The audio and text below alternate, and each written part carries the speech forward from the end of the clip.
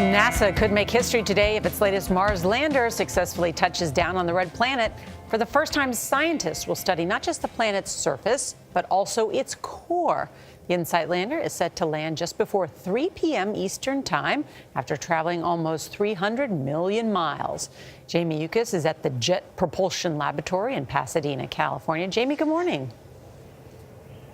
Good morning. This is a scale model of the spacecraft. Its wingspan is 19 feet long. That's about the size of a 1960s convertible. Only 40% of the last 44 missions to Mars have been successful, and this lander will face temperatures in the thousands before touching down. After 6.5 months of space travel, InSight's big day is finally here. Years of hard work will come down to 7 crucial minutes. It's called the 7 minutes of terror because everything has to go perfectly in the 7 minutes from the top of the atmosphere down to landing.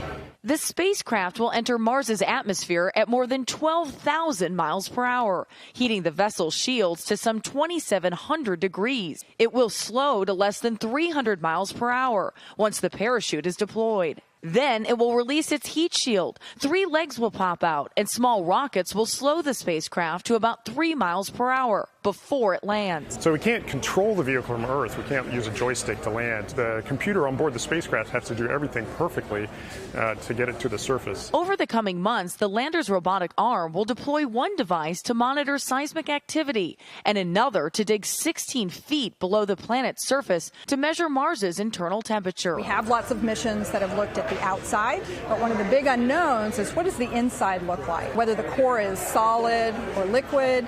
Those types of questions are really important for understanding how the planet, what it looked like when it first formed and how it got to be where it is today.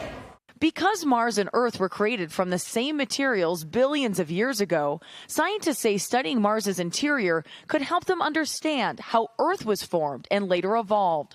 The mission will also allow them to learn more about the safest way to enter Mars's atmosphere and land to prepare for the next big step in exploring the planet. The better we understand that environment at Mars, what Mars is like and how we can land, we'll be better prepared to send humans to Mars in the future. The first job for the lander will be to take a photo of the planet's surface. Once that happens, it's going to get very loud in here. People say it sounds like the winning touchdown of the Super Bowl when that happens. And the spacecraft will be very busy over the next Martian year, which for us, Nora, means November of 2020. So cool, Jamie. Thank you. We should mention you can see live coverage of the landing on our streaming network, CBSN. That is just before 3 p.m. Eastern this afternoon. And I know some people at this table are going to be watching. My 6-year-old will be now. Yeah, and waiting for that first transmission of the picture, because there will be a period where they know it will have started, but they won't have gotten the confirmation of the picture, and that's when everybody will be up on tiptoe. Okay, because I'm trying to think, now what's the terror part? It's for the NASA control room that everything has to go right. So right, that the picture, we want them to be spared the 7 minutes. Terror that the picture might not come through. Yeah. Although I like to see NASA get excited, so let's see how this all turns out.